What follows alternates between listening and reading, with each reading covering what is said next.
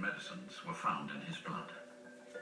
An overdose of propofol and lorazepam killed him. After 4 weeks of trial, neither side has proved who gave him those drugs, Dr. Murray or Jackson himself. But the prosecution's case is much wider than that. They argue Murray violated his professional duty of care to Michael. Not calling 911 immediately is a case in point. Conrad Murray actually called someone else, left a message, and made no indication that 911 was required.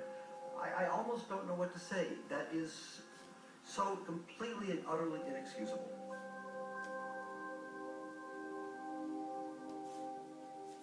I've never been in a situation where I was alone, trying to do all of these things, with no help in sight, in such an odd situation, where I couldn't shout for help.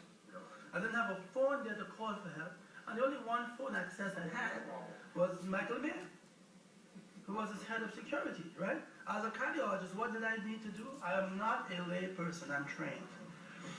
If I say a man is down, and I'm on the scene, I will resuscitate you. If somebody in the house, not just you, but somebody in the house called 911. If you call 911, you've done the right thing. If you've got an expert doctor in the house and he can do what they're going to do when they get there first, calling 911 is a delay. And again, no reason to call 111 unless he had continued to persistently remain impaired or so, right? However, if he came out of it and he was fine, he and I would have had to have a serious talk, and I would have taken my bags and said, you know what? If you allow that to happen, when I'm anywhere in the vicinity of your environment, I'm gone. That would have been my exit. it was so... That was going to be my exit. You understand me? Because there's no discussion he could have had with me that day to compensate for the unexpected change if it was as a result of his own hands. I went there to take care of a healthy man who said he was fine, to just keep surveillance in case my kids get sick or I get the flu. Help us to choose the right better fluids and to wash our hands so we don't get infected. But once I got in there, I was entrapped. Okay? Go ahead. With the trial drawing to a close, Dr. Schaefer is proving to be the prosecution's most compelling witness. Dr. Schaefer, you've very clearly described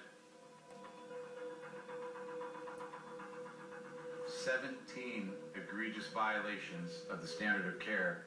These 17 violations individually were likely to result in injury or death to Michael Jackson. Yes. To counter Dr. Schaefer, Murray's attorneys call in their own expert, Dr. Paul White, a world authority on propofol. Guys, what about... Murray is a death doctor. Well, he's presented Dr. Murray as a non-doctor, less than a layperson. And I think the jury believes all that. Yeah. We have to bring him back to the issue of causation.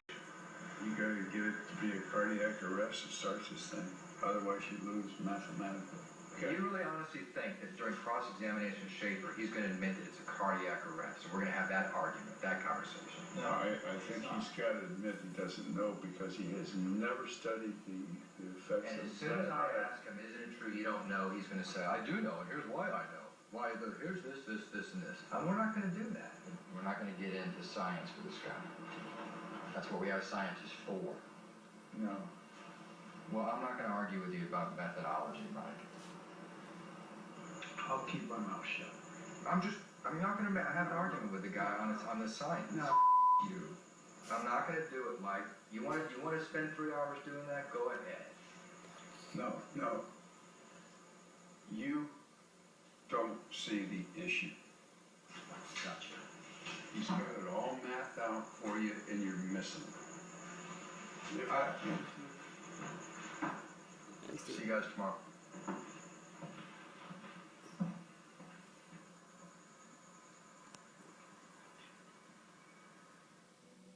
The dispute over strategy led to Ed Chernoff taking over the vital cross-examination of Dr. Schaefer from Michael Flanagan.